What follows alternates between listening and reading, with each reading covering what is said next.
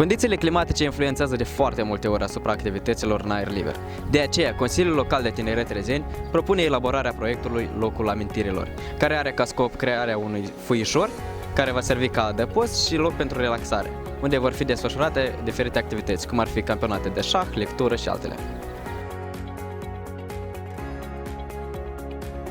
Eu consider că ar fi necesar un foișor în parc, deoarece în weekend sau chiar în timpul liber, multe familii vin să se relaxeze și adică au nevoie de un loc ferit unde să savureze un suc sau chiar să se relaxeze. Eu personal aș participa, dar și aș îndemna pe alții să participe în activitățile în cadrul proiectului. Consider că impactul acestui proiect va fi unul major pentru societate, în primul rând pentru populația satului nostru.